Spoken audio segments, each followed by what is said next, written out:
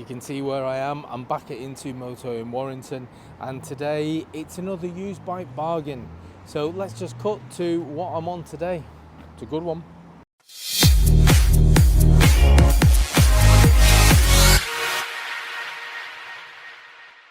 Here is today's bike. So we've got the Bullit Hero 250. I've never seen one of these before. Now I know a lot of yous will be aware of the Bullit Hero 125, which aesthetically looks exactly the same as this. This has got the 250 engine, so it's got twice the horsepower, and for a 250 it delivers about the same power as a Royal Enfield Himalayan, which is the 411 engine. So it's quite a lot out of this engine. Have a look round, usual way. I'll drop some facts and figures in as we go if I can think of any.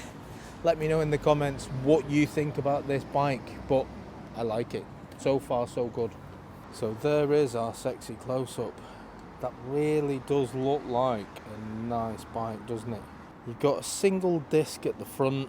If you want to know how they perform, make sure you join me for the test ride. Single disc at the rear as well. Upside down forks, and because it is made for a bit of dirty stuff, this, it does have a slightly larger front wheel. So the front wheel is 18 inches, rear wheel is 17 inches. It means business, this bike. There's the look from the front, so you can see a couple of age related things. It tends to be just on the nuts and bolts of this bike. The actual frame and everything else, the paintwork and everything, looks very, very good. Buttons, we've got your horn indicators, high, low beam, and you've got your light flash button. Right hand side, you've got your engine start, we've got your hazard lights, and we've got your engine cut off. As far as the mirrors go, decent size, nice and practical. The seat is just one single bench seat. The enduro bikes that have quite a hard, thin seat. This is a little bit wider, a little bit more cushioning, and it makes quite a comfortable place to park your backside. Bullit. Bit different. I'm sure that's going to be very loud, but we'll see. I've not started it up yet. 15 litre fuel tank as well. It is a water cooled bike. I'm going to throw my leg over it so you can see how tall it is. For your reference, I'm 5'8". You can see I'm on my tiptoes. In fact, no, better than that. I'm more on the balls of my feet. I'm probably just a centimetre or two from getting my heels down on both sides, but it certainly doesn't feel too tall for me. So if you're taller than me, not a problem. If you're shorter than me, depending how short you are, if you're interested in something like this, you might need to come down, throw your leg over it, and you can see for yourself how it feels. Central peg position, so my knee's going down ever so slightly, but what I do like is I'm not stretching, I'm not cramped up, I've got quite a nice position with my back, so it should make for a comfortable ride, but we're not going to know that until we do the test ride, so let's just go and do that now. Stay with me so we can see what it's really like. This sounds really nice. Sounds like a proper dirt bike, this. Proper little raspy note at the back. Do a bit of a stand-up test coming out, let's see. Yeah, it's not a bad place to stand up. It'd be fine for some light green laning. Right, let's make the most of this little bike, shall we? With a bit of sneaking.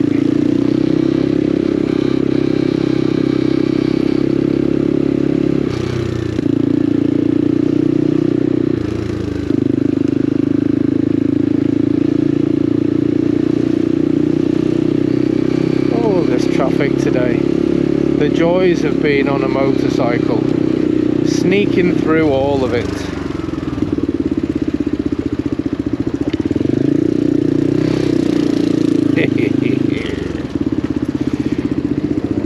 Does feel really light actually.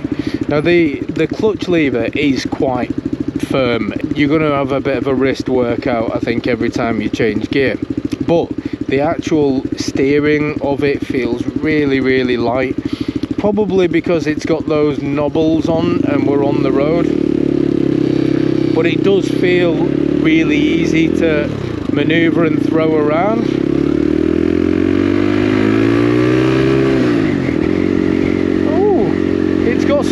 up juice in it as well. This has the same horsepower, I believe, as the 411 Himalayan. Now, that is because this is water cooled. But it does feel quite a lot nippier than what the Himalayan does. It's so much easier to throw around because it feels really light. It's what you would expect from something that you could take off-road. Does feel quite light and nimble. Power-wise, for a 250, this thing goes like stink. Lots better than I expected it was going to be power-wise. The difference between one of these and a 125, it just seems to be night and day. This seems to have the power of a bigger bike, but it's still a 250. So as far as fuel efficiency goes, it's not going to be terrible.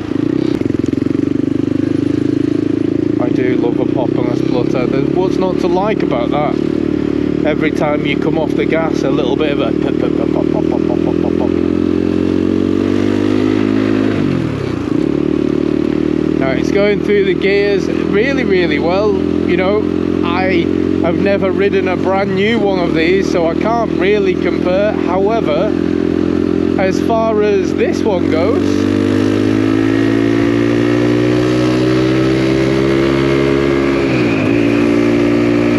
wow, it goes like stink.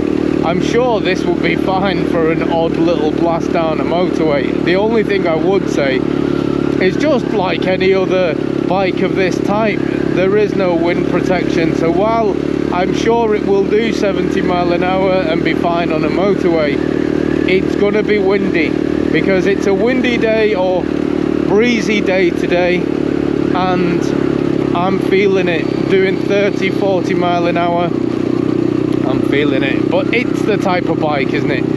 Now this makes the used bike bargain for me, because these bikes brand new are £4,000, I believe, from my little googling. £4,000 for a brand new one.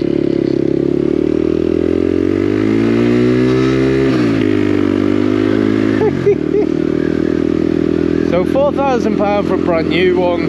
This is up for £2,899. So there is a saving of £1,100. But look at it a bit further than that. You've also got the first service would have already been done, because somebody's run it in for you, haven't they? This is so much fun. Let me just,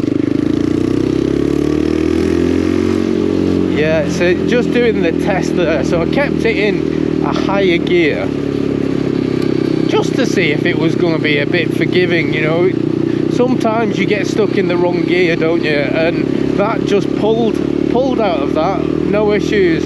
I was in 4th gear then, doing about 20 mile an hour, I believe it was, maybe even less than that, but it pulled, so no issues. That's quite good. I do like a bike to be forgiving. I don't want it to splutter and cut out on me. This just has a lovely spluttering, popping noise going on.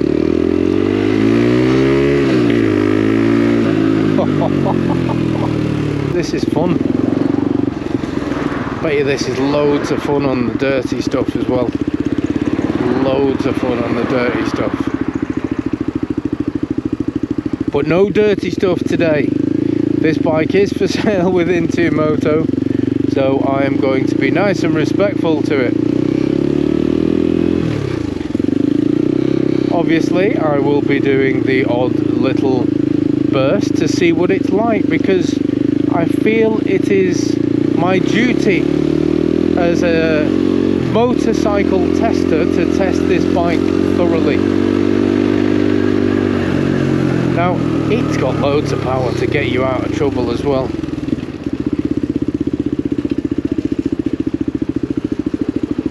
Quite good for a bit of sneaking. Now, I will say, because I'm confident with the power of it, I've got no issues going straight to the front of the line or even racing something from the line to get that better road position. Obviously, make sure you're careful if you're doing the same thing, because as we all know, car drivers can be a little bit unforgiving when it comes to their observations. Now, they might be away with the furries, who knows? You know the stories. We all know someone who's had a car do something stupid to them. It happens to me pretty much every time I sit on two wheels. So you just have to be careful. But that's what I like with a bike that has got a little bit of power to it. Because if you do have a four-wheeled demon near you, you have got the capabilities with a bike like this to just get the hell away from them and get yourself out of the firing line. The Speedo itself is quite small. It is quite small, and it is set up in kilometers as well, so don't be thinking that I'm going stupid speed. I am picking the speeds up every now and then, but it is in kilometers, so for you miles per hour eagle-eyed viewers, I am being good, I promise.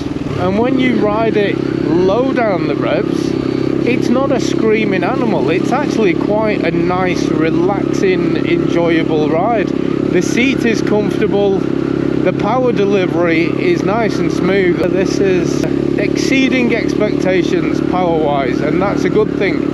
Downsizing from your big heavy bikes, then this actually wouldn't be a bad option for you, because it does feel